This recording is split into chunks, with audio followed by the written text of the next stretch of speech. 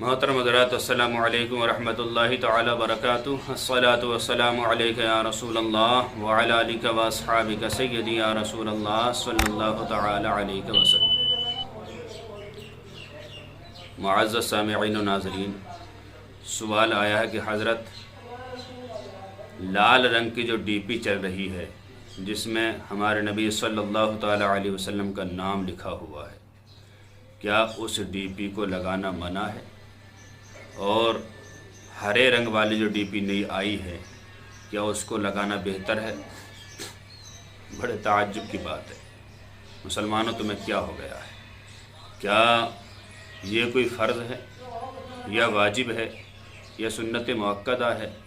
کیا ہے یہ سب جہالت کی باتیں ہیں۔ ایک آئیڈیا میرے پاس بھی آئی تھی، آپ کے پاس بھی آئی ہوگی کہ بھائی یہ لال والی ڈی پی ہٹا دو، یہ ہندوانی کلر ہے، لہٰذا ہری والی لگاؤ، یہ بہتر ہے۔ پھر آئیڈیا آئی ایک کہ یہ محمد کا نام ہے، لگا لو، اچھی بات ہے، کوئی بات نہیں ہے اس میں۔ تو دیکھیے حضرات، ہمارے جو حال مشورہ دے رہے ہیں، فتویٰ دے رہے ہیں کہ یہ چیز کرو اور یہ مت کرو، یہ بڑے افسوس کی بات ہے۔ کلر جو ڈی پی میں لگا ہوا ہے اس سے ہندو مسلم کا کیا تعلق؟ اور اسی طرح ہمارے نبی صلی اللہ تعالی علیہ وسلم کا نام اتنا معظم ہے، اتنا عظمت والا ہے کہ اسے ہر کوئی اسی طرح لیے پھرتا ہے۔ یہ فلاں کا نام ہے، لگا لو، فلاں کا نام ہے، لگا لو۔ ہمیں بڑا افسوس ہوتا ہے، تعجب ہوتا ہے، دل بھی دکھتا ہے کہ جس نبی کا نام اس کے رب نے نہیں لیا، اس نام کو ہم یوں ہی لیتے پھر رہے ہیں، بے حرمتی کرتے پھر رہے ہیں۔ بڑے تعجب کی بات ہے۔ میرا مشورہ تو یہ ہے کہ نہ لال ڈی پی لگائی جائے نہ ہری ڈی پی لگائی جائے۔ اپنے واٹس ایپ ہو یا فیس بک ہو، جس چیز پہ بھی اپنی سوشل میڈیا کا اکاؤنٹ ہے اس پر اپنا فوٹو لگانا چاہیے۔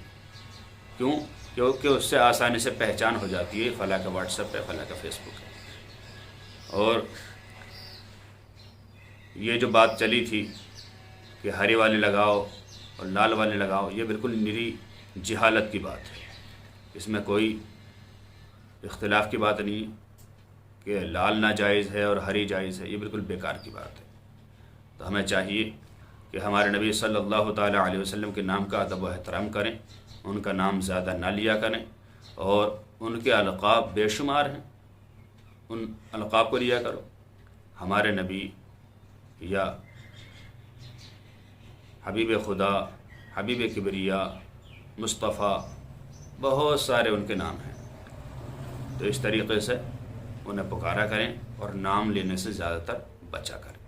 اللہ تعالی سے دعا ہے کہ اللہ تعالی ہمیں صحیح دین سیکھنے کی توفیق عطا فرمائے۔ السلام علیکم ورحمۃ اللہ، واللہ تعالی عالم بالصواب۔